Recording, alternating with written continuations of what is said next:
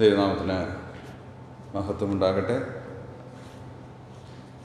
ഈ ആഴ്ചയിൽ നമുക്ക് ദൈവസന്നിധിയിൽ വചന പഠനത്തിനായിട്ട് കൂടി വരുവാൻ ദൈവം സഹായിച്ചതിനായിട്ട് നന്ദിയോടെ തിരുനാമത്തിന് സ്തോത്രം ചെയ്യുന്നു.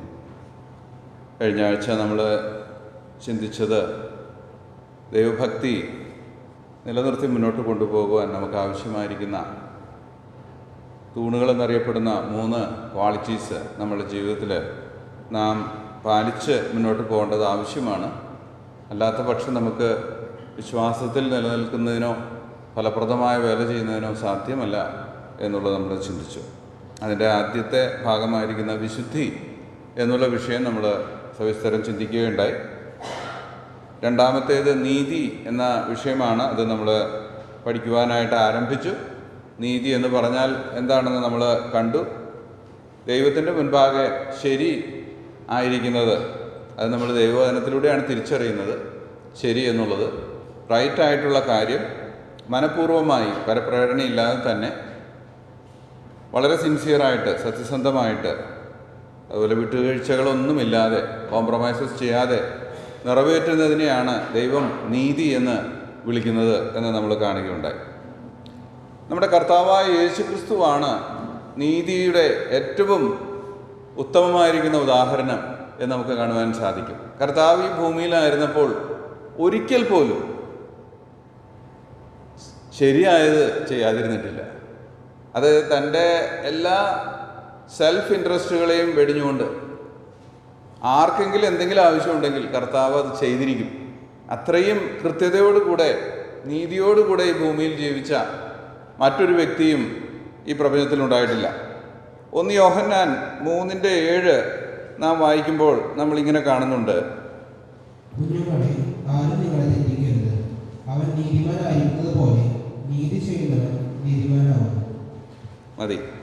അവൻ നീതിമാനായിരിക്കുന്നത് പോലെ നീതി ചെയ്യുന്നവൻ നീതിമാനാകും.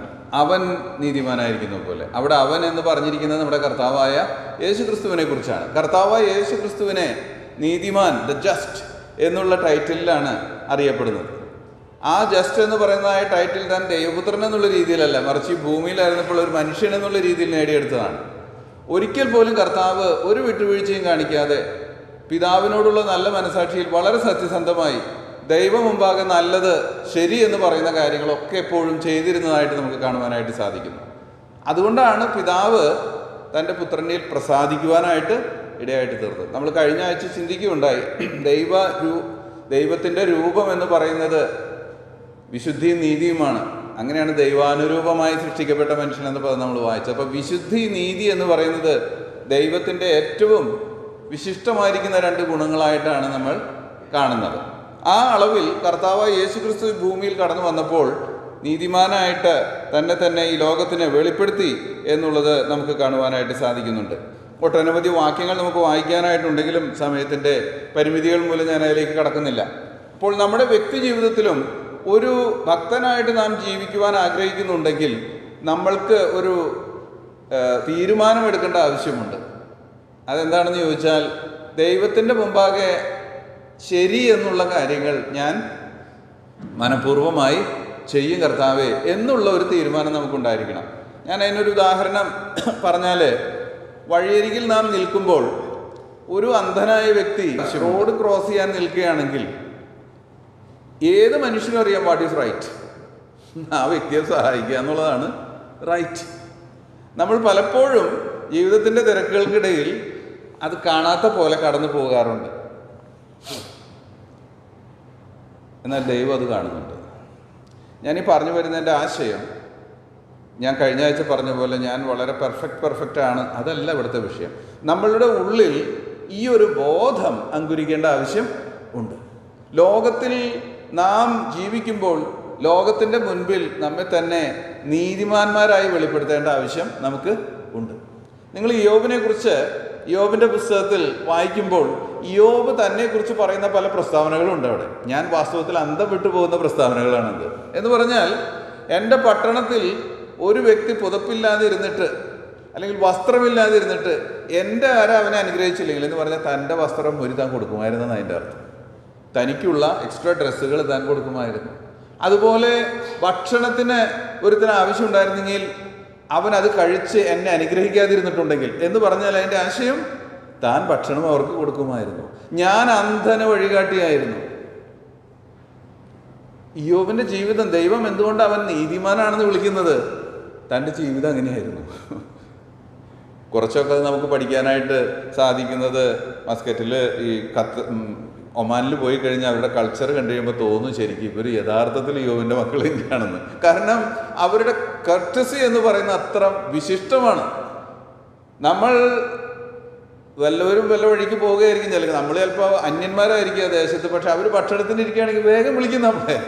അന്യനാണ് ഞാൻ, എന്നെ അവർക്ക് അറിയില്ല, വാ ഭക്ഷണത്തിന് ഇരിക്കുമെന്ന് പറഞ്ഞ് വിളിക്കും. നമ്മൾ അന്തം വിട്ടു പോകും അവരുടെ കർട്ടസി കണ്ടു കഴിഞ്ഞ് കഴിയുമ്പോൾ. നമുക്ക് ഇങ്ങനെയുള്ള മര്യാദയൊന്നും ഇല്ല, നമ്മൾ മൈൻഡ് ചെയ്യുക പോലും ഇല്ല, സ്ട്രേഞ്ചർ അല്ലേ. അവരുടെ കൾച്ചർ, ഞാൻ പറയുന്നത് അത് അവരുടെ മിഡിൽ ഈസ്റ്റേൺ കൾച്ചറാണ്. ഈ കൾച്ചറാണ് ഇയ്യോബ് പാലിച്ചിരുന്ന കൾച്ചർ. ഈ കൾച്ചറാണ് അബ്രഹാം കാണിച്ചിരുന്ന കൾച്ചർ. നമ്മളുടെ കൾച്ചറും ആ കൾച്ചറും തമ്മിൽ, സംസ്കാരവും തമ്മിൽ വളരെ വൈരുദ്ധ്യമുണ്ട്. ഈ കൾച്ചറാണ് ദൈവം മനുഷ്യരിൽ നിന്ന് ആഗ്രഹിക്കുന്ന കൾച്ചർ. നീതി ചെയ്യണം, വാട്ട് ഈസ് റൈറ്റ്, അത് ചെയ്യാനായിട്ടുള്ള ഒരു മനസ്സ് നമുക്ക് എപ്പോഴും ഉണ്ടായിരിക്കണം. അത് ആരംഭിക്കേണ്ടത് നമ്മളുടെ സഭയിലും കുടുംബത്തിലുമാണ്. ഞാനതിലേക്ക് പിന്നീട് കടന്നു വരും ആ വിഷയം പഠിപ്പിക്കുമ്പോൾ. പക്ഷേ അത് സമൂഹത്തിലേക്കും ഇറങ്ങി ചെല്ലേണ്ട ആവശ്യം ഉണ്ട്.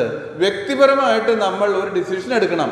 ദൈവഭക്തനായിട്ട് ജീവിക്കണമെങ്കിൽ, കർത്താവേ നിനക്ക് ചേർച്ചയല്ലാത്ത, നീതിയല്ലാത്ത ഒരു കാര്യവും ഞാൻ ചെയ്യുകയില്ല, മാത്രമല്ല നീതിയായ കാര്യങ്ങൾ ചെയ്യാൻ ഞാൻ എന്നെ തന്നെ അങ്ങേക്ക് സമർപ്പിക്കുന്നു എന്ന് നമ്മൾ സമർപ്പിക്കുമ്പോൾ ദൈവം അവസരങ്ങൾ നമ്മുടെ മുമ്പാകെ കൊണ്ടുവരുവാനായിട്ട് ഇടയാകും. നമ്മൾ ദൈവവചനത്തിൽ ഇങ്ങനെ വായിക്കുന്നത്, നന്മ ചെയ്യുന്നതിൽ തളർന്ന് പോകരുത്. തളർന്നു പോകാതിരുന്നാൽ തക്ക സമയത്ത് നമ്മൾ അതിനുള്ളതായ ഫലങ്ങളെ പ്രാപിക്കും എന്നാണ് ദൈവവചനം പറയുന്നത്. അപ്പം നീതി എന്ന് പറയുന്നത് ദൈവത്തിൻ്റെ ഇൻഹറൻറ്റ് ആയിട്ടുള്ള ക്യാരക്ടറാണ്. ആ ക്യാരക്ടർ നമ്മളിലേക്ക് നാം കടമെടുക്കേണ്ടത് ആവശ്യമാണ്. അവൻ നീതിമാനായിരിക്കുന്നത് പോലെ നീതി ചെയ്യുന്നവൻ നീതിമാനാകുന്നു. അപ്പോൾ നീതിമാനായി തീരണമെങ്കിൽ നമ്മൾ റൈച്ചസ് എന്നുള്ളത് സ്ഥാനപരമായി നമുക്ക് ലഭിച്ചു കർത്താവായ യേശു ക്രിസ്തുവിലൂടെ. നമ്മൾ നീതിമാന്മാരാണ്. പക്ഷേ എങ്ങനെ നമ്മൾ നീതിമാന്മാരായി തീരുമെന്ന് ചോദിച്ചാൽ അത് നമ്മുടെ പ്രവൃത്തികളാൽ നമ്മൾ കൊണ്ടുവരേണ്ട ഒരു കാര്യമാണ്. ഇക്കാര്യത്തിൽ നമ്മൾ വളരെ ഇമ്പ്രൂവ്മെൻറ്റ് പാലിക്കേണ്ടത് ആവശ്യമുണ്ട്. മറ്റൊരു വാക്യം കൂടെ നമുക്ക് വായിക്കാം. 1 പത്രോസ് 2:3-14.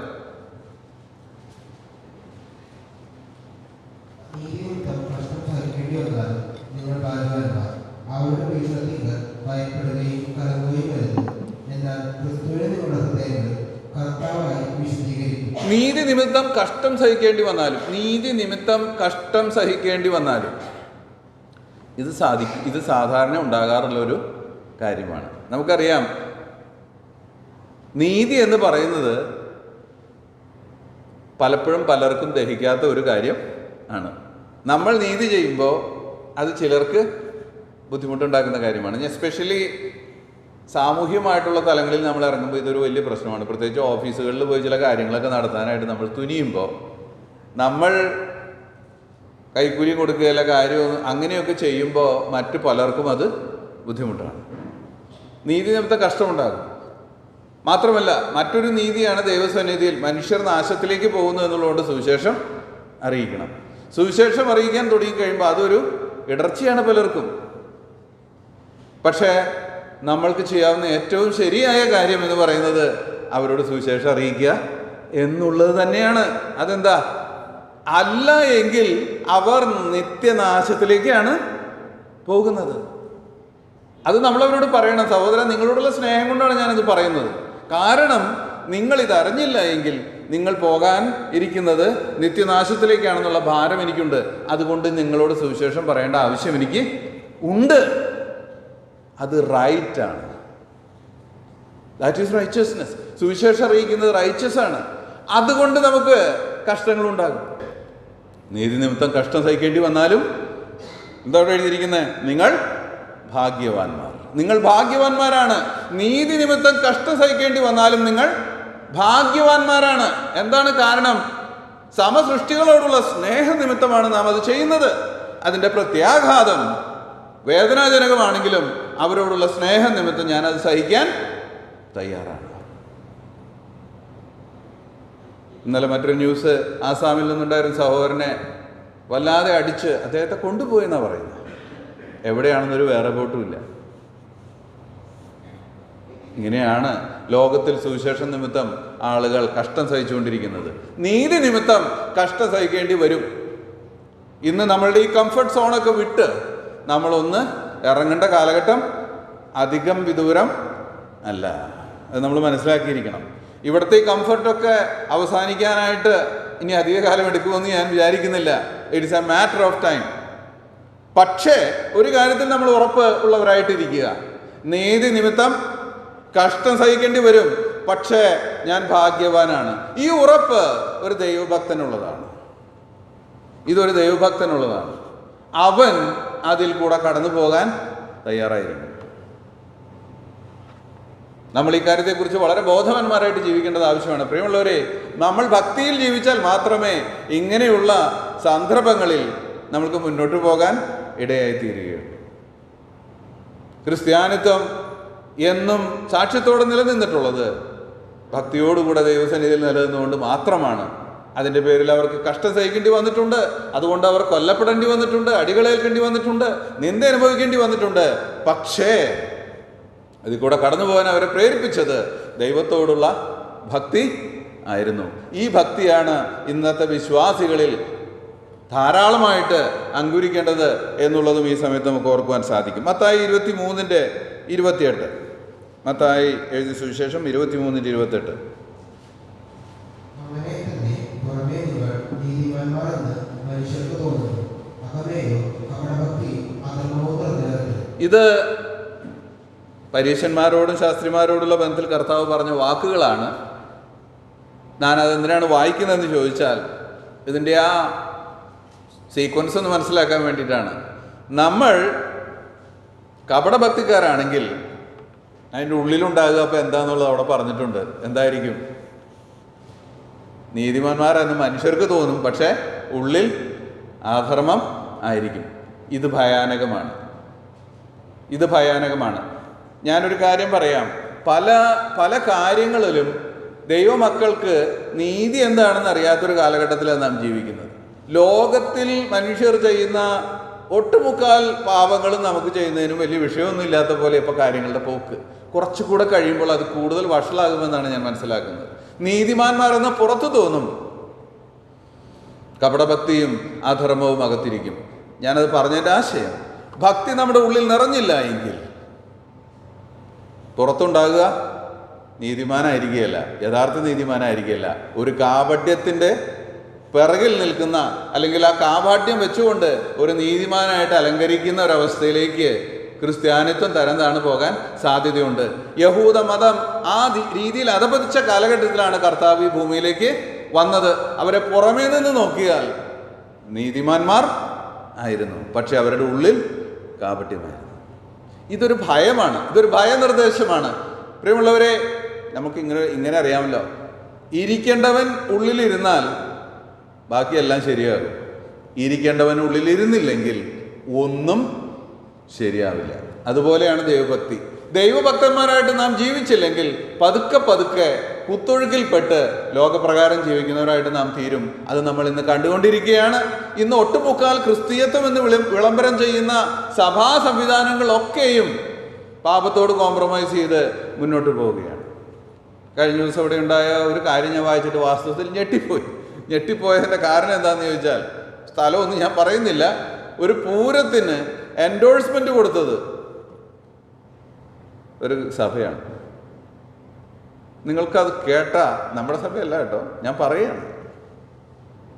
ഒരു പൂരത്തിന് എൻഡോഴ്സ്മെന്റ് കൊടുക്കുക ക്രിസ്തീയ സഭ.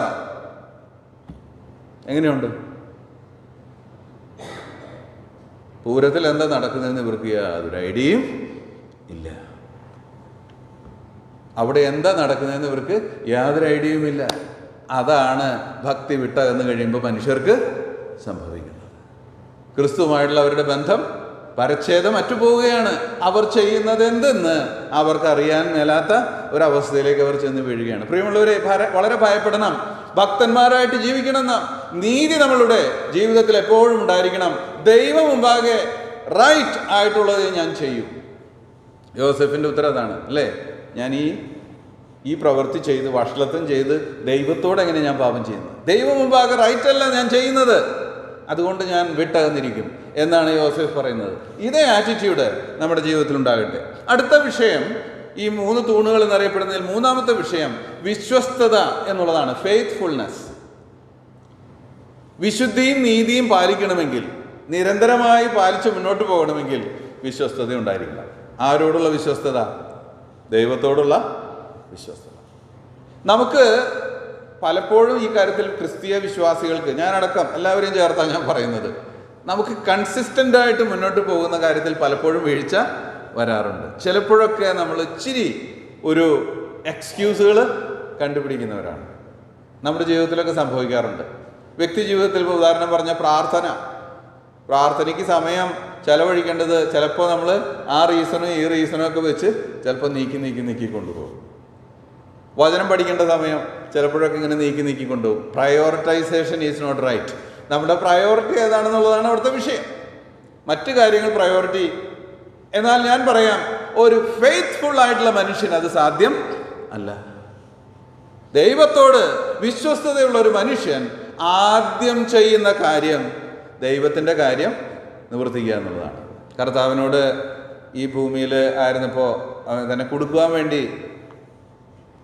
ഒരു ചോദ്യവുമായിട്ട് വന്നു. ഗുരു, ടാക്സ് കൊടുക്കുന്നത്, നികുതി കൊടുക്കുന്നത് വിഹിതമാണോ എന്ന് ചോദിച്ചിട്ട് വന്നു. കർത്താവ് അതിന് ഉത്തരമൊക്കെ പറയുന്നുണ്ട്. ആ ഉത്തരത്തിലേക്കൊന്നും ഞാൻ കിടക്കുന്നില്ല. പക്ഷെ കർത്താവ് പറഞ്ഞ ഓർഡർ എന്ന് പറയാനായിട്ട്, ദൈവത്തിനുള്ളത് ദൈവത്തിനും കൈസർക്കുള്ളത് കൈസർക്കും. ഫസ്റ്റ് നിൽക്കേണ്ടത് എപ്പോഴും ദൈവമായിരിക്കണം, അതിനുശേഷം മതി കൈസർ. സീക്വൻസ് കറക്റ്റായിട്ട് മനസ്സിലാക്കണം. നമ്മൾ ദൈവത്തിന് കൊടുക്കേണ്ട മഹത്വവും ദൈവത്തിന് കൊടുക്കേണ്ടതായ ശുശ്രൂഷയും ആദ്യം നമ്മൾ ചെയ്യാൻ മുതിരണം. അതിനുശേഷം മാത്രമേ മറ്റു കാര്യങ്ങളിലേക്ക് കടക്കാവൂ. ദാവീദ് രാജാവ് പെട്ടകം കൊണ്ടുവന്ന സമയം, പെട്ടകത്തിന് മുമ്പിൽ താൻ തുള്ളിച്ചാടി അങ്ങനെ സന്തോഷമായിട്ട് താൻ ആ ശുശ്രൂഷ ചെയ്ത് തിരിച്ചു വന്നിട്ട് അവിടെ എഴുതിയിരിക്കുന്ന വാക്ക് വായിച്ചു നോക്കണം. 2 സാമുവേലിൽ. അതിൻ്റെ ശേഷം, എന്തിൻ്റെ ശേഷം? പെട്ടകം കൊണ്ടുവന്നു. ഇസ്രായേലിൽ നിന്ന് 30,000 സെലക്റ്റഡ് ആയിട്ടുള്ള ആളുകളെ കൊണ്ടുവന്നിരുന്നത്. അവർക്കൊക്കെ താൻ ഓഹരി കൊടുത്തു, ദൈവവേലയൊക്കെ ചെയ്ത് തീർത്തു. അതിൻ്റെ ശേഷം അവൻ സ്വന്തം കുടുംബത്തെ അനുഗ്രഹിക്കാൻ വന്നപ്പോൾ, പറഞ്ഞു മനസ്സിലായല്ലോ, അതിൻ്റെ ശേഷം അപ്പോഴാണ് മീഖളുമായിട്ടുള്ള സംഭാഷണങ്ങളൊക്കെ ടേക്ക് പ്ലേസ് ചെയ്യുന്നത്. ദാവീദിൻ്റെ ഓർഡർ വളരെ കറക്റ്റാണ്. ആ ഓർഡർ വളരെ കറക്റ്റാണ്. അവൻ ദൈവത്തിൻ്റെ പെട്ടകം, ദൈവത്തിൻ്റെ മിനിസ്ട്രി ആദ്യം ചെയ്തു. അതിനുവേണ്ടി സഹായിക്കാൻ വന്ന തൻ്റെ സഹപ്രവർത്തകരെ അവരുടെ ശുശ്രൂഷ നിവർത്തിച്ച് എന്നിട്ട് തൻ്റെ ഭവനത്തിലേക്ക് ചെല്ലുക, അവരെ അനുഗ്രഹിക്കേണ്ടത്. പ്രിയമുള്ളവർ, ഇതായിരിക്കട്ടെ നമ്മളുടെ ദൈവത്തിൻ്റെ സന്നിധിയിൽ വിശ്വസ്തനായിരിക്കണം. ദാവീദ് വിശ്വസ്തനായിരുന്നു. അതുകൊണ്ടാണ് താൻ തൻ്റെ ആയുസ് പൂർണ്ണമാക്കി ഈ ഭൂമിയിൽ നിന്ന് വിട പറയുവാനായിട്ടിടയായത്. വിശ്വസ്തനായിരുന്നു. നമുക്ക് ചില വാക്യങ്ങളിലേക്ക് കടക്കാം. 1 കൊരിന്ത്യർ 4:2.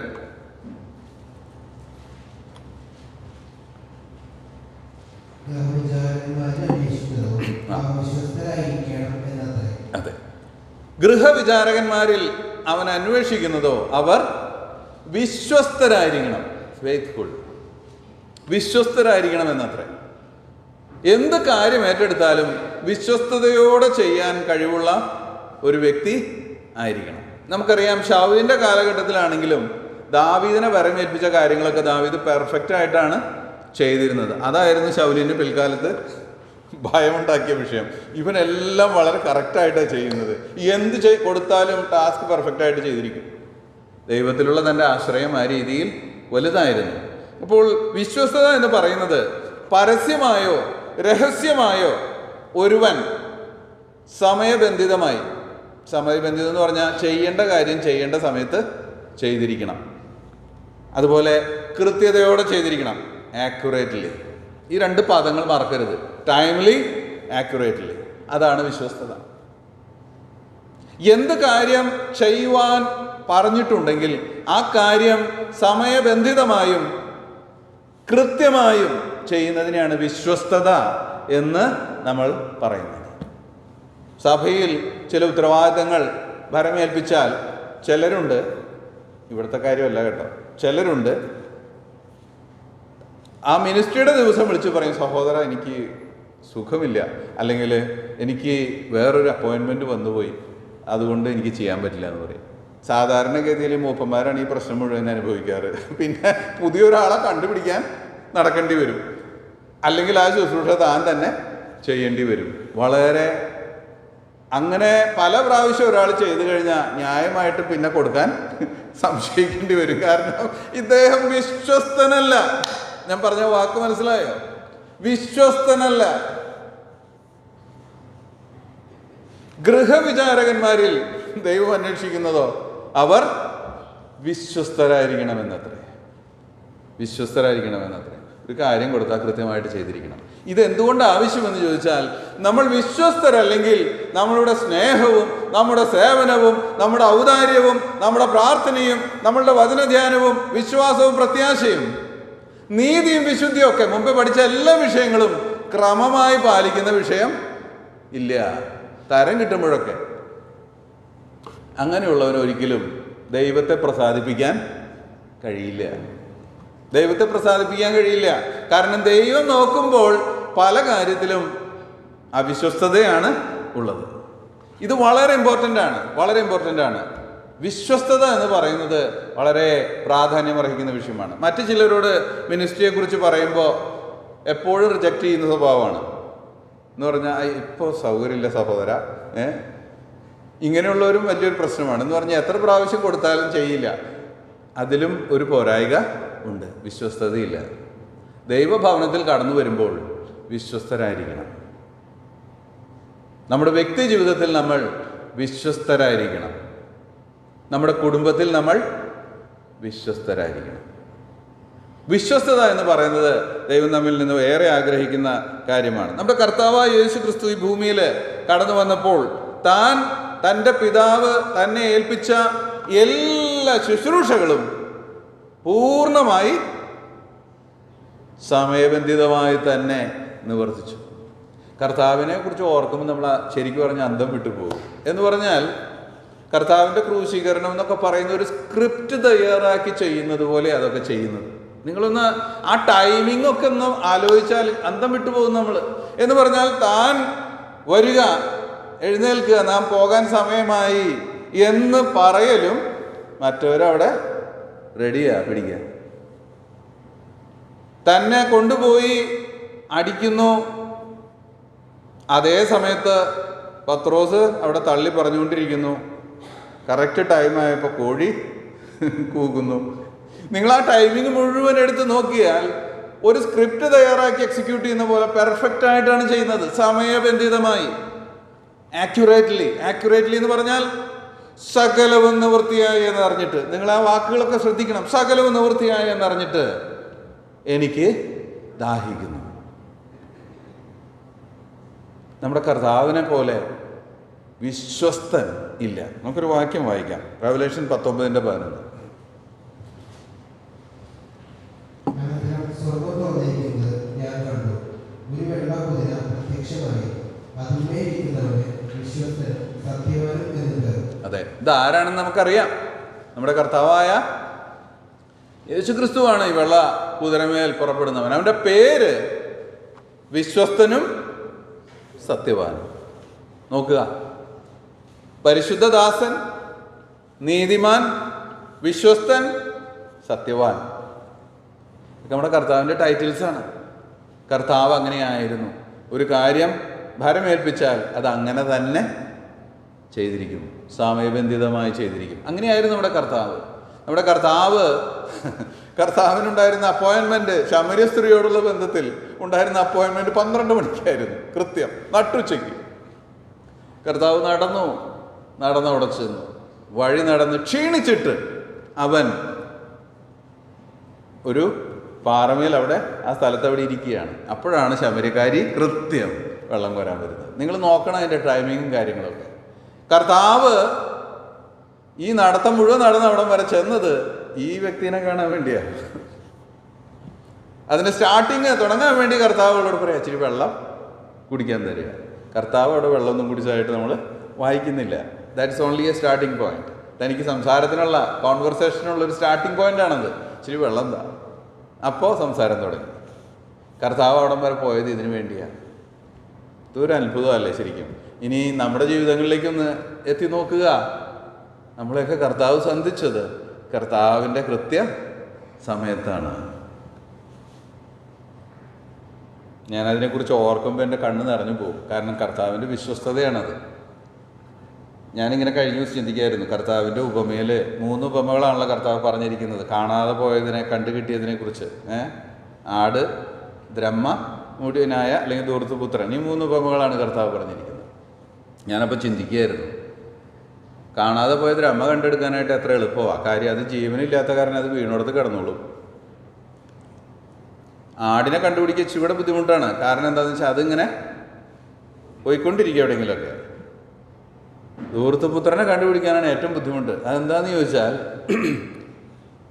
ഇവൻ ജീവനുള്ളവനാണെന്നുള്ളതുകൊണ്ട് സഞ്ചരിച്ചുകൊണ്ടിരിക്കുന്നുള്ളത് മാത്രമല്ല, അവൻ സഞ്ചരിച്ചു കൊണ്ടിരിക്കുന്ന അവൻ്റെ ഇഷ്ടത്തിനാണ്.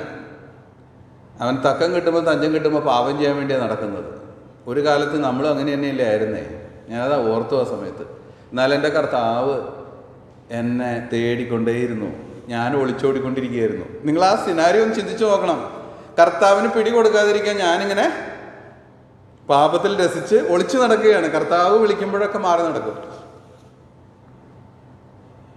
ഈ മനുഷ്യനെ തേടി പിടിക്കുക. എന്നിട്ട് കർത്താവ് പറഞ്ഞ വാക്ക് ഇതാണ്, കാണാതെ പോയവരെ തിരഞ്ഞ് കണ്ടെത്തി രക്ഷിപ്പാനല്ലോ മനുഷ്യപുത്രൻ വന്നത്. ഇതാണ് ആ വാക്ക്. ഞാൻ കർത്താവ് വിളിക്കുമ്പോഴൊക്കെ ദൂരെ പോവുകയാണ്, ഞാനിങ്ങനെ കാണാതെ നടക്കുകയാണ്. പക്ഷെ കർത്താവിന് എന്നെ പിടിക്കാൻ പറ്റും. അങ്ങനെ പിടിക്കാൻ പറ്റില്ലത് എനിക്ക്. അതെന്താണെന്ന് വെച്ചാൽ എൻ്റെ ഇഷ്ടം കൊണ്ട് ഞാൻ പറയണം, ശരി ഞാൻ വരാമെന്ന്. അതുവരെ ആര് ഫോളോ ചെയ്യണം? നിങ്ങളൊന്നും ചിന്തിച്ചു നോക്കിയാൽ സിനാരിയോ. ഒരു കുഞ്ഞ് നഷ്ടപ്പെട്ടു. ആ കുഞ്ഞിനെ ഞാൻ ഇങ്ങനെ ഫോളോ ചെയ്തുകൊണ്ടിരിക്കുകയാണ്. ഞാൻ കുഞ്ഞിനെ കാണുമ്പോൾ വാ മോളെ എന്ന് പറയുമ്പോൾ അല്ലെങ്കിൽ മോനെ എന്ന് പറയുമ്പോൾ ഞാൻ വരില്ല എന്ന് പറഞ്ഞ് പോവാണ്. പിന്നെയും ഞാൻ അവൻ്റെ പിന്നാലെ ചെല്ലുകയാണ്. നിങ്ങൾ ആ സിനാരിയോ ഒന്ന് ചിന്തിച്ചു നോക്കിയേ, എന്ത് ഭയങ്കരമായിരിക്കും. ഇതായിരുന്നു കർത്താവ് ചെയ്തുകൊണ്ടിരുന്നത് നമ്മളോട്. പലപ്പോഴും അവൻ നമ്മെ വന്ന് മുട്ടി വിളിച്ചു, ഹേയ് റെഡിയല്ല, പിന്നെ നടക്കുകയാണ് പാപത്തിൻ്റെ പിറകിൽ. അവസാനം എൻ്റെ കർത്താവിനോട് ഞാൻ ഒരു ദിവസം പറഞ്ഞു, യെസ് ലോർഡ്. അതാണ് നമ്മുടെ രക്ഷാ ദിവസം. അതുവരെ അവൻ അന്വേഷിച്ചു കൊണ്ടിരുന്നു. അതെത്ര മനോഹരമായൊരു ചിന്തയാണ് അല്ലേ? കർത്താവിൻ്റെ മനോഹാരിത എന്ന് പറയുന്നത് അവിടെയാണ് ഞാൻ കാണുന്നത്. അവൻ്റെ സ്നേഹം എന്ത് ഭയങ്കരമാണ്. ഇങ്ങനെ ഒരു വ്യക്തിയെ അന്വേഷിച്ച് കണ്ടെത്തുമ്പോൾ അവൻ നോ പറഞ്ഞാൽ പിന്നെയും വിടാതെ പിന്നെയും അന്വേഷിച്ചുകൊണ്ട് അവൻ യെസ് പറയുന്നത് വരെ അവനെ ഫോളോ ചെയ്യുന്ന ഒരു സ്നേഹം. അതെന്തൊരു അതിശയ സ്നേഹമാണ്. ആ സ്നേഹമാണ് നമ്മെ തേടിയെത്തിയത്. ആൻഡ് വൺ ഡേ, ഒരു ദിവസം ഞാൻ പറഞ്ഞു, കർത്താവേ ഞാൻ റെഡിയാണ്. ആ സ്നേഹമാണ് വിശ്വസ്തത എന്ന് പറയുന്നത്. ആ സ്നേഹമാണ് വിശ്വസ്തത. അതുവരെ അവൻ തളർന്നില്ല. അവൻ എന്നെ പിൻപറ്റിക്കൊണ്ടേയിരുന്നു, പിടിക്കുന്നത് വരെ. ഞാൻ യെസ് പറയുന്നത് വരെ എന്നെ ഫോളോ ചെയ്ത സ്നേഹം. അതാണ് വിശ്വസ്തത. അതുകൊണ്ടാണ് അവന് വിശ്വസ്തനും സത്യവാനും. അവനാണ് വിശ്വസ്തൻ. എൻ്റെ കർത്താവിനെ കുറിച്ച് ചിന്തിക്കും തോറും കവി പാടിയതുപോലെ പ്രേമം എന്നിൽ വർദ്ധിക്കുന്നേ. ഈ മഹാൻ എത്ര ഉന്നതനാണ്, ഇവൻ എത്ര മഹാനാണ്, ഇവൻ്റെ സ്നേഹം എത്ര അവർണ്ണനീയമാണ്. അതുകൊണ്ടാണ് കർത്താവിനെ പോലെ ആയിത്തീരുവാൻ നമ്മൾക്കിടയാകേണ്ടത്. കാരണം അവൻ്റെ സ്വഭാവത്തെ പോലെ മറ്റൊരുത്തനുമില്ല. അവനെ പോലെ നല്ലവൻ ആരുമില്ല. അത്ര നല്ലവൻ അവനാണ്, എൻ്റെ പ്രാണ സ്നേഹിതൻ. അതാണ് വിശ്വസ്തത. ഞാൻ തള്ളി പറഞ്ഞപ്പോഴും എന്നെ വിടാതെ പിന്തുടർന്ന സ്നേഹം. ഞാൻ യെസ് പറയുന്നത് വരെ എന്നെ പിന്തുടർന്ന സ്നേഹം. അവൻ വിശ്വസ്തനാണ്. മറ്റൊരു വാക്യം നമുക്ക് വായിക്കാം. റെവലേഷൻസ് 2:10. നീ സഹിപ്പാനുള്ളത് പേടിക്കേണ്ട. നിങ്ങളെ പരീക്ഷിക്കേണ്ടത് പിശാച് നിങ്ങളെ ചിലരെ തടവിലാക്കുവാൻ പോകുന്നു. 10 ദിവസം നിങ്ങൾക്ക് ഉപദ്രവം ഉണ്ടാകും. മരണപര്യന്തം വിശ്വസ്തനായിരിക്കുക, എന്നാൽ ജീവകിരീടം നിനക്ക് തരും. ദൈവത്തിൻ്റെ ആത്മാവ് നമ്മളോട് പറയുന്ന കാര്യം, വിശ്വസ്തത എന്ന വിഷയം പഠിക്കുമ്പോൾ നമ്മുടെ കർത്താവിനെ കുറിച്ച് നാം കണ്ടു. അവൻ വിശ്വസ്തൻ ആണ്. പിതാവ് തനിക്ക് കൊടുത്ത ആടുകളെയൊക്കെ അവൻ കണ്ടെത്തും വരെ അന്വേഷിക്കുന്നവനും കണ്ടെത്തി തൻ്റെ അടുക്കിലേക്ക് കൊണ്ടുവരുന്നവനുമാണ്. എന്നിട്ട് ആ കർത്താവ് നമ്മളോട് പറയാണ്, മരണപര്യന്തം വിശ്വസ്തനായിരിക്കുക. ആരോട് വിശ്വസ്തനായിരിക്കുക? നമ്മുടെ കർത്താവിനോട് വിശ്വസ്തനായിരിക്കുക. നമ്മുടെ കർത്താവ് ചെയ്ത പോലുള്ള വേലയൊന്നും നമുക്ക് ചെയ്യേണ്ടി വരില്ല. എന്ന് പറഞ്ഞാൽ എന്താ? ഒരാളെ ഇങ്ങനെ ഫോളോ ചെയ്ത് എപ്പോഴോ യെസ് പറയണമെന്ന് നോക്കി, അതൊക്കെയാണ് ശരിക്കും ചെയ്യേണ്ടത്. എന്നാലും ഞാൻ പറയാം, അത്രയൊന്നും നമ്മൾ ചെയ്യേണ്ടി വരില്ല. കാരണം നമ്മെ സഹായിക്കാൻ ആരുണ്ട്? നമ്മുടെ കർത്താവ് എന്ന ശ്രേഷ്ഠ ഇടയൻ നമ്മളോട് കൂടെയുണ്ട്. അവൻ നമ്മളുടെ സഹായകനായിട്ട് നമ്മളോട് കൂടെയുണ്ട്. എങ്കിൽ പോലും മരണപര്യന്തം വിശ്വസ്തരായിരിക്കണം നമ്മുടെ കർത്താവിനോട്. അതാണ് കർത്താവ് നമ്മളോട് പറയുന്നത്. അങ്ങനെ നിങ്ങൾ ചെയ്താൽ ഞാൻ ജീവകിരീടം നിങ്ങൾക്ക് തരും. ഇവിടെ പറയുന്ന വിഷയം എന്താണെന്ന് ചോദിച്ചാൽ കഷ്ടത എന്ന വിഷയമാണ്. അന്ന് നമ്മൾ വിശ്വസ്തരായിരിക്കുക എന്നുള്ളതാണ് ദൈവം നമ്മെക്കുറിച്ച് ആഗ്രഹിക്കുന്നത്. ലൂക്കോസ് 12:42 മറ്റൊരു ആസ്പെക്ട്.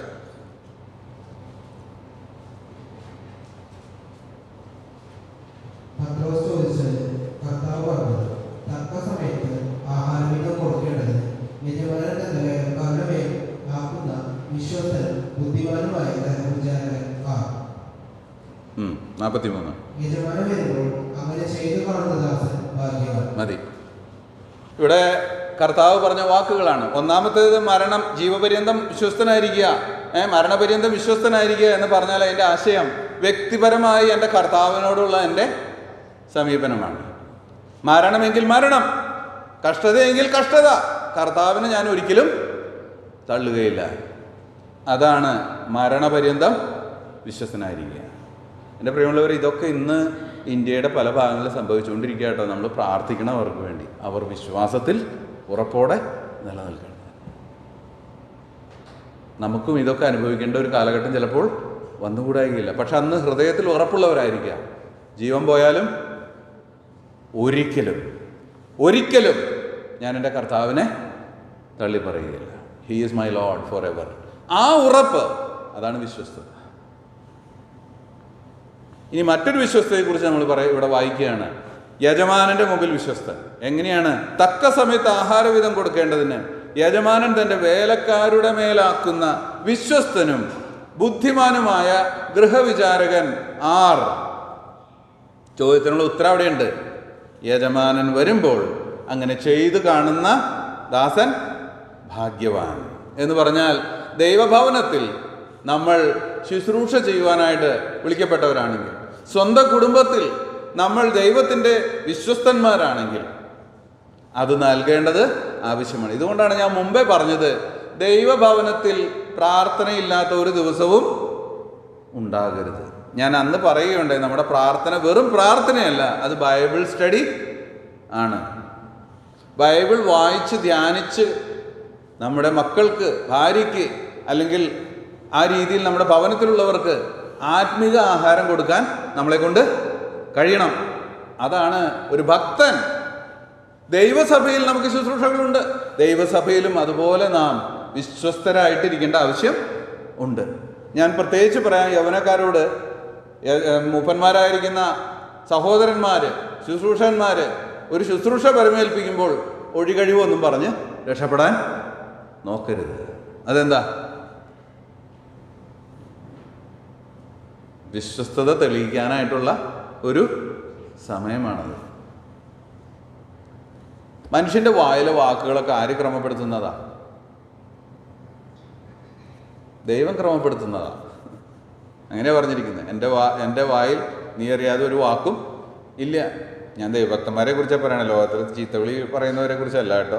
അതുകൊണ്ട് ഞാൻ പറയാം, ദൈവഭക്തന്മാരെ കുറിച്ചാണ് പറയുന്നത്. നമ്മുടെ വാക്കുകളെ ദൈവം ക്രമീകരിക്കുന്നത് അത് ദൈവത്തിൻ്റെ വകയാണ്. ആ പരിപാടികളൊക്കെ ഒരു വ്യക്തി എന്നോട് പറയുകയാണ്, ഒരു ശുശ്രൂഷ ചെയ്യണം സഹോദര എന്ന് പറഞ്ഞാൽ നോ പറയാനായിട്ട് എനിക്ക് പറ്റില്ല. അതെന്തുകൊണ്ടാണെന്ന് ചോദിച്ചാൽ അത് ദൈവത്താലല്ലാതെ സംഭവിക്കുകയില്ല. നിങ്ങളിനി അതിനൊരു എക്സാമ്പിളും കൂടെ ഞാൻ പറഞ്ഞു തന്നിട്ട് മുന്നോട്ട് പോകാം. ദാവീദിനെ താൻ അബ്ശാലോമിൽ നിന്ന് ഓടിപ്പോകുമ്പോൾ തന്നെ ഒരാൾ വന്ന് ചീത്ത വിളിക്കുന്നുണ്ട്, ശിമയി. ചീത്ത വിളിക്കുമ്പോൾ ദാവീദിൻ്റെ കൂടെ ഉണ്ടായിരുന്ന അബീശായി പറഞ്ഞു, ഞാൻ പോയി ആ നായിനെ വെട്ടിക്കളയട്ടെ. അങ്ങനെ പദം, നായിനെ വെട്ടിക്കളയട്ടെ. അപ്പോൾ ദാവീദ് പറയുന്ന ഉത്തരവുണ്ട്, സെരൂയയുടെ പുത്രന്മാരെ, യഹോവ അവനോട് എന്നെ ചീത്ത വിളിക്കാൻ പറഞ്ഞിരിക്കുക. അവൻ വിളിക്കട്ടെ.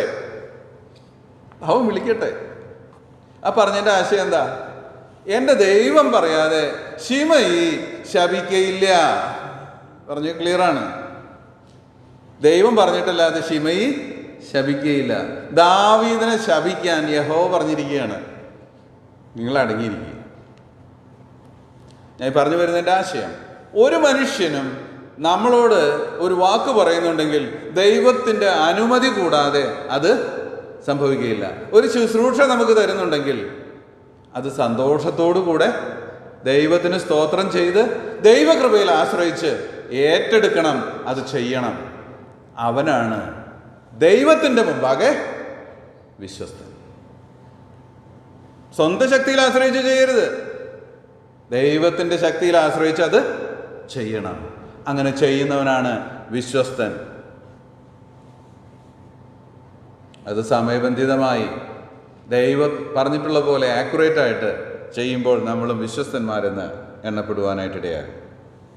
ഇനി ഈ സ്വഭാവങ്ങൾ നമ്മുടെ കുടുംബത്തിലേക്ക് എങ്ങനെ നമുക്ക് കൊണ്ടുവരാമെന്നുള്ളത് നമുക്ക് ചിന്തിക്കാം. കുടുംബതലത്തിൽ എങ്ങനെ വിശുദ്ധിയും നീതിയും വിശ്വസ്തതയും നമുക്ക് പാലിക്കുവാനായിട്ട് കഴിയും? ഒരു കുടുംബത്തിൽ ദൈവഭക്തി കാത്തു സൂക്ഷിക്കേണ്ടതിന് ഈ 3 തൂണുകൾ കുടുംബത്തിലുണ്ടായിരിക്കണം. വ്യക്തിപരമായിട്ട് നമുക്കുണ്ടായിരിക്കണം, അത് പോരാ. വിശുദ്ധിയും നീതിയും വിശ്വസ്തതയും കുടുംബത്തിലും ഉണ്ടായിരിക്കണം. അങ്ങനെയുള്ള കുടുംബങ്ങളാണ് ദൈവത്തിന് പ്രസാദമുള്ള കുടുംബങ്ങൾ. പലപ്പോഴും കുടുംബത്തിൽ ഈ 3 കാര്യങ്ങൾ യോഗ്യമായിട്ട് നടക്കാത്തത് കൊണ്ട് തെറ്റിപ്പോകുന്ന ദൈവമക്കൾ ധാരാളം ഉണ്ട്.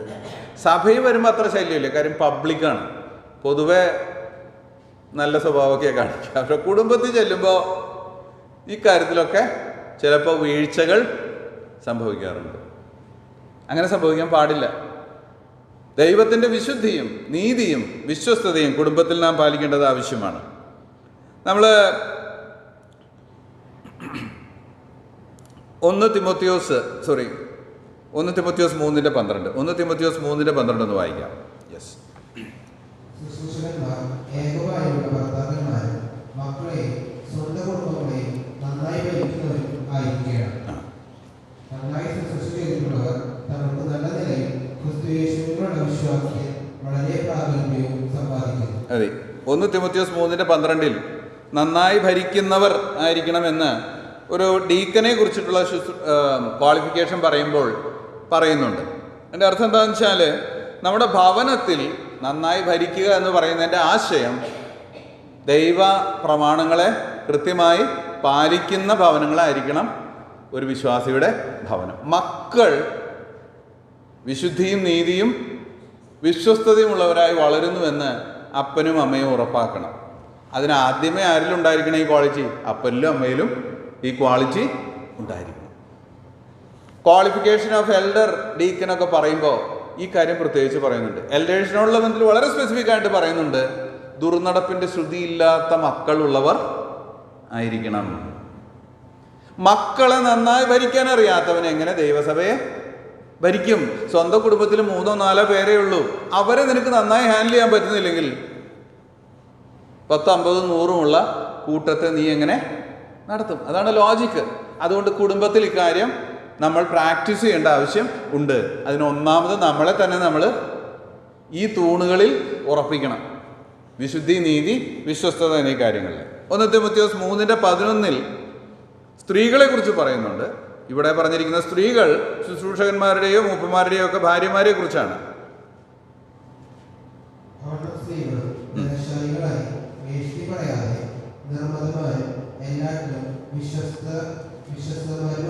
സ്ത്രീകളെ കുറിച്ച് പറയുമ്പോഴും പറയുന്നത് ഇത് തന്നെയാണ്, വിശ്വസ്തമാർ ആയിരിക്കണം എല്ലാറ്റിലും.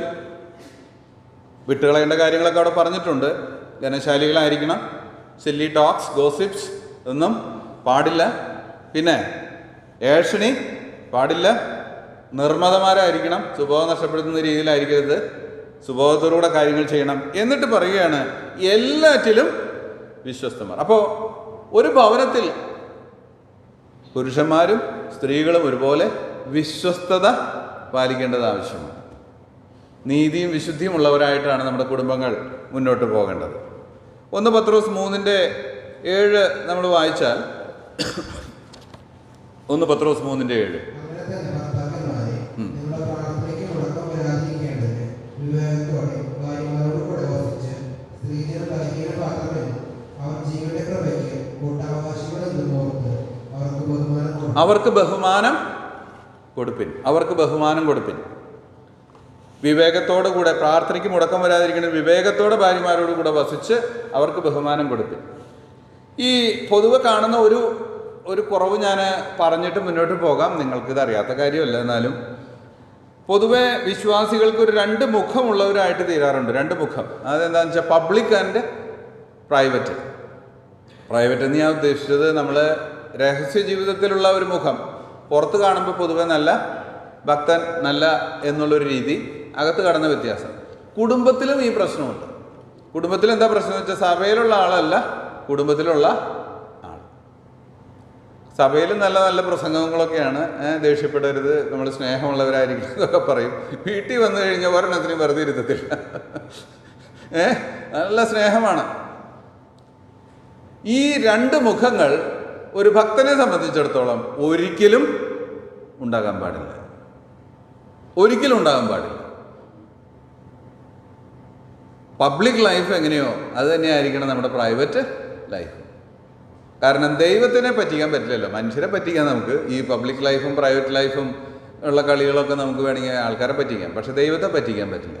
നമ്മൾ ദൈവത്തോടുള്ള ഭക്തിയിൽ ജീവിക്കണമെങ്കിൽ, മനുഷ്യരോടുള്ള ഭക്തിയല്ല, ദൈവത്തോടുള്ള ഭക്തിയിൽ ജീവിക്കണമെങ്കിൽ നമ്മൾ സെറ്ററേറ്റ് ചെയ്യേണ്ടത് ദൈവത്തിൻ്റെ മുമ്പാകെ ഞാൻ എങ്ങനെയാണെന്നുള്ളതാണ്. ഏറ്റവും വീക്ക്നെസ് വരുന്ന ഒരു ഏരിയയാണ് മക്കളോടുള്ള ബന്ധത്തിലും ഭാര്യയോടുള്ള ബന്ധത്തിലും. പുരുഷന്മാർ ചില സമയത്ത്, എല്ലായ്പ്പോഴും അല്ല, സ്നേഹമൊക്കെ ഉണ്ടായിരിക്കും, എന്നാലും ചില സമയത്ത് ഇച്ചിരി റഫ് ആൻഡ് ടഫായിട്ട് ഇടപെടും. Rough and tough. ഇവിടെ പറഞ്ഞിരിക്കുന്നത് അങ്ങനെയല്ല. ബഹുമാനം കൊടുപ്പിൻ, ബഹുമാനം കൊടുപ്പിൻ. അതെന്താ? ഈ ബന്ധങ്ങളൊക്കെ ഇവിടം വരെ ഉള്ളേ, ഇവിടത്തെ കഴിഞ്ഞ് കഴിഞ്ഞ് തീർന്നു. ഈ ഭാര്യാഭർത്തൃ ബന്ധം, അപ്പനും മക്കളും തമ്മിലുള്ള ബന്ധം, ഇതൊക്കെ ഇവിടത്തെ ബിസിനസ്സാ. ഇവിടം കഴിഞ്ഞ് കഴിഞ്ഞ് ഇതൊക്കെ തീർന്നു. പക്ഷേ മരണാനന്തര ജീവിതം അതിനപ്പുറത്തേക്ക് കിടക്കുന്നതാണ്. അതുകൊണ്ട് നമ്മൾ നല്ല പുള്ളികളായിരിക്കേണ്ടത് ആവശ്യമാണ്. ഞാൻ പറഞ്ഞതിൻ്റെ ആവശ്യം മനസ്സിലായില്ല. ഭാര്യമാരോടുള്ള ബന്ധത്തിലും മക്കളോടുള്ള ബന്ധത്തിൽ ഇതൊക്കെ അപ്ലിക്കബിൾ ആണ്. നമ്മളുടെ കുടുംബത്തിൽ നമുക്കുള്ള ബന്ധങ്ങളൊന്നും നിത്യമായ ബന്ധങ്ങൾ അല്ല, അത് താത്കാലിക ബന്ധങ്ങളാണ്. ഈ താത്കാലിക ബന്ധങ്ങൾ നിമിത്തം നിത്യമായ കാര്യങ്ങളെ നശിപ്പിക്കാതെ സൂക്ഷിക്കേണ്ടത് വിവേകമാണ്. അതാണ് ഇവിടെ പറഞ്ഞിരിക്കുന്ന പദം, വിവേകത്തോടെ. പറഞ്ഞു മനസ്സിലായോ? വിവേകമാണ്. സ്വർഗീയമായ കാര്യങ്ങളെ ഭൗതികമായ കാര്യങ്ങൾ നിമിത്തം തകർത്ത് കളയരുത്. പാട്ടുകാരൻ പാടിയുള്ളവരെ, മണ്ണെ പ്രതി മാണിക്യം വെടിയുകയില്ല ഞാൻ. മണ്ണെ പ്രതി മാണിക്യം വെടിയരുത്. അതുകൊണ്ട് തന്നെ നമ്മൾ ഈ ഭൂമിയിലുള്ള ബന്ധങ്ങളൊക്കെയും വിവേകത്തോടെ ഹാൻഡിൽ ചെയ്യേണ്ടതാണ്. ഭാര്യാഭർത്തൃ ബന്ധവും മക്കളോടുള്ള ബന്ധവും പിതാക്കന്മാരോടും മാതാക്കന്മാരോടും മക്കൾക്കുള്ള ബന്ധവും ഒക്കെ വിവേകത്തോടെ ഹാൻഡിൽ ചെയ്യേണ്ടതാണ്. കാരണം ഇതൊക്കെ താൽക്കാലിക ബന്ധങ്ങൾ ആണ്. അതുകൊണ്ടാണ് ദൈവവചനം ഇക്കാര്യത്തെ വളരെ സ്ട്രൈക്ക് ചെയ്ത് പറയുന്നത്. ചിലപ്പോഴൊക്കെ നമ്മളൊരു ഇച്ചിരി ഒന്ന് കഠിനന്മാരായി തീരാറുണ്ട്. കഠിനന്മാരെന്ന് പറഞ്ഞാൽ എൻ്റെ ഭാര്യ എൻ്റെ അവകാശം, എൻ്റെ മക്കൾ എൻ്റെ അവകാശം. അല്ല സഹോദരി, അങ്ങനെയല്ല. ഇസ്രായേലിനോടുള്ള ബന്ധത്തിൽ ദൈവം ബാൽ വിഗ്രഹങ്ങൾക്ക്, അതുപോലെ അശേര പ്രതിഷ്ഠയ്ക്കൊക്കെ കുഞ്ഞുങ്ങളെ അർപ്പിച്ചു കഴിയുമ്പോൾ അവിടെ പറഞ്ഞിരിക്കുന്ന ഒരു പദപ്രയോഗമുണ്ട്.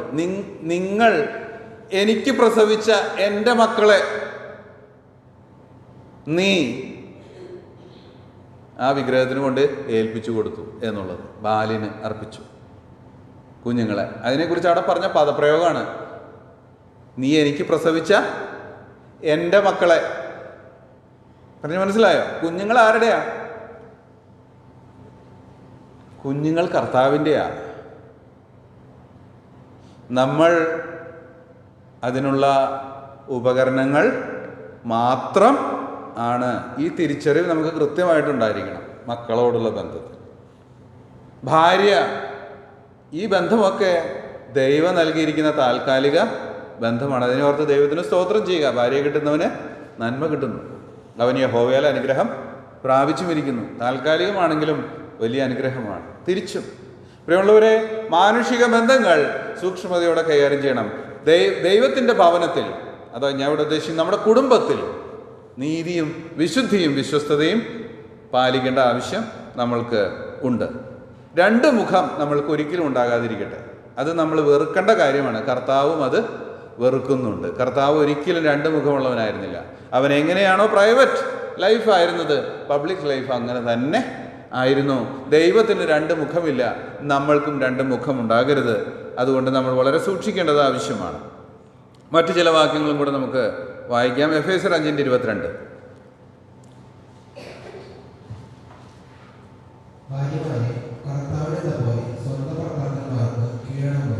അറിയാവുന്ന കാര്യമാണ്. നമ്മളെല്ലാ കല്യാണത്തിനും പോയാലും ഈ വാക്യമൊക്കെ വായിക്കാറുള്ളതാണ്. കർത്താവിന് എന്ന പോലെ ഭർത്താക്കന്മാർക്ക് കീഴടങ്ങണം. നമുക്ക് പലപ്പോഴും ഒരു പ്രയാസം ഇക്കാര്യത്തിൽ സ്വതവേ കുറവാണ്. എന്നാലും ഞാൻ പറയുകയാണ്, ചിലപ്പോഴെങ്കിലും ഒരല്പം ഭർത്താക്കന്മാർക്ക് കീഴടങ്ങുന്നതിലുള്ള ഒരു എന്താ പറയുക, ഒരു ചെറിയ വിഷമമൊക്കെ ചില സമയത്തൊക്കെ തോന്നും. ആ സമയത്ത് നമ്മൾ കർത്താവിനെ അങ്ങ് ഓർത്താൽ മതി. കർത്താവ് ഈ ഭൂമിയിലായിരുന്നപ്പോൾ തൻ്റെ പിതാവിന് പൂർണ്ണമായി കീഴടങ്ങിയാണ് ജീവിച്ചത്. കർത്താവ് പിതാവിനെ പ്രസാദിപ്പിക്കാൻ വേണ്ടി സമ്പൂർണ്ണമായി കീഴടങ്ങിക്കൊണ്ടാണ് ജീവിച്ചത്. താൻ ദൈവപുത്രനാണെന്നുള്ളത് മറക്കരുത്. തൻ്റെ പൊട്ടൻഷ്യൽ എന്താണെന്നുള്ളത് നമുക്ക് നന്നായിട്ട് അറിയാം. എന്നാൽ ഒരു മനുഷ്യൻ എന്നുള്ള രീതിയിൽ താൻ ജീവിച്ചപ്പോൾ ആ മനുഷ്യൻ്റെ പരിമിതികളൊക്കെ ഉൾക്കൊണ്ടുകൊണ്ട് എല്ലാം ചോദിച്ചു വാങ്ങി. നിങ്ങളത് ചിന്തിച്ചു നോക്കണം. അത് ദൈവപുത്രൻ ഒരിക്കലും ചോദിച്ചു വാങ്ങേണ്ട ആവശ്യം ഇല്ല. ഞാനാകുന്നവൻ ഞാനാകുന്നു, അതാണ് ദൈവം. എന്നാൽ തൻ്റെ പിതാവിനോട് എല്ലാറ്റിനും അപേക്ഷ കഴിക്കണം, കരയണം. ഇങ്ങനെയൊക്കെ കർത്താവ് ജീവിച്ചിരുന്നത്. അത്രയൊന്നും നമ്മൾ കീഴടങ്ങേണ്ടി വരാറില്ലല്ലോ. അതുകൊണ്ട് സന്തോഷമായിട്ട് കർത്താവ് പറഞ്ഞതല്ലേ, കീഴടങ്ങാനായിട്ടുള്ള മനസ്സ് ഭാര്യമാർക്കുണ്ടായിരിക്കണം. മക്കളോടുള്ള ബന്ധത്തിൽ എഫേസ്യർ 6:1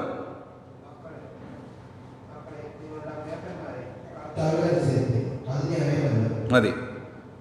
നിങ്ങളുടെ അമ്മയപ്പന്മാരെ കർത്താവിൽ അനുസരിപ്പിൻ, അത് ന്യായമല്ലോ. ഈ ഭൂമിയിൽ അപ്പനെയും അമ്മയെ അനുസരിക്കുന്നത് ന്യായമാണ്.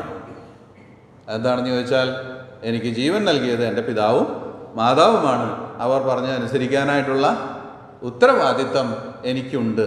പക്ഷെ കർത്താവിൽ അനുസരിക്കുക. അതിൻ്റെ ആശയം കർത്താവിന് ഹിതകരമായ രീതിയിലുള്ളതിൽ അനുസരണം നമ്മൾ കാണിക്കുക. അവിഹിതമായത് സാധാരണഗതിയിൽ സംഭവിക്കുകയില്ല. പക്ഷെ ഞാനൊക്കെ ചെറുപ്പത്തിലായിരുന്നപ്പോൾ രക്ഷിക്കപ്പെട്ട് കഴിഞ്ഞ് കഴിഞ്ഞപ്പോൾ എനിക്കുണ്ടായിരുന്ന ഒരു പ്രശ്നം, എൻ്റെ അപ്പച്ചനാണെങ്കിൽ മുക്കുടിയനാണ്, ഭയങ്കര കുടിയനാണ്. ചാരായം വാങ്ങാൻ പറഞ്ഞാൽ പോയി മേടിച്ചു കൊടുക്കാൻ പറ്റുമോ? പറ്റില്ല. ആ ഒരു പ്രശ്നം ഞാൻ ഫേസ് ചെയ്തിട്ടുണ്ട്. ഞങ്ങൾ ചെയ്യില്ലായിരുന്നു. അപ്പനും പിന്നെ അക്കാര്യത്തിലും നല്ല ബോധ്യം ഉണ്ടായിരുന്നു ഞങ്ങളിൽ വന്ന മാറ്റത്തെക്കുറിച്ച്. അതുകൊണ്ട് പിന്നെ ഞങ്ങളെ ബുദ്ധിമുട്ടിച്ചിട്ടില്ല. എന്നാൽ അങ്ങനെ ചെയ്യേണ്ടി വരില്ല. സാധാരണ കർത്താവിൽ അനുസരിക്കുക. കർത്താവിന് വിഹിതമല്ലാത്ത ഒന്നും നമ്മൾ അനുസരിക്കേണ്ട. പക്ഷേ പിതാവിനെയും മാതാവിനെയും അനുസരിക്കണം. ഈ കാര്യങ്ങൾ കുടുംബ ജീവിതത്തിൽ ഉണ്ടായിരിക്കണം. വിശുദ്ധി, നീതി, വിശ്വസ്തത നമ്മൾ കുടുംബത്തിൽ പ്രാക്ടീസ് ചെയ്യേണ്ടത് ആവശ്യമാണ്. അവിഹിതമായതൊന്നും കുടുംബത്തിൽ സംഭവിക്കുന്നില്ല എന്ന് ഉറപ്പുവരുത്തുക. അതാണ് ഒരു ദൈവഭക്തൻ്റെ ലക്ഷണം. അതാണ് ഒരു ദൈവഭക്തൻ്റെ ലക്ഷണം. വരുന്ന നാളുകളിൽ ആ രീതിയിൽ നമ്മുടെ കുടുംബജീവിതം ക്രമപ്പെടുത്തുവാൻ ദൈവം നമ്മെ സഹായിക്കട്ടെ. വരുന്ന ദിവസം നമുക്ക് മറ്റു തലങ്ങളെക്കുറിച്ച് ചിന്തിക്കാം. ദൈവം നമ്മെ സഹായിക്കട്ടെ. ദൈവനാമം വാഴ്ത്തപ്പെടുമാറാകട്ടെ.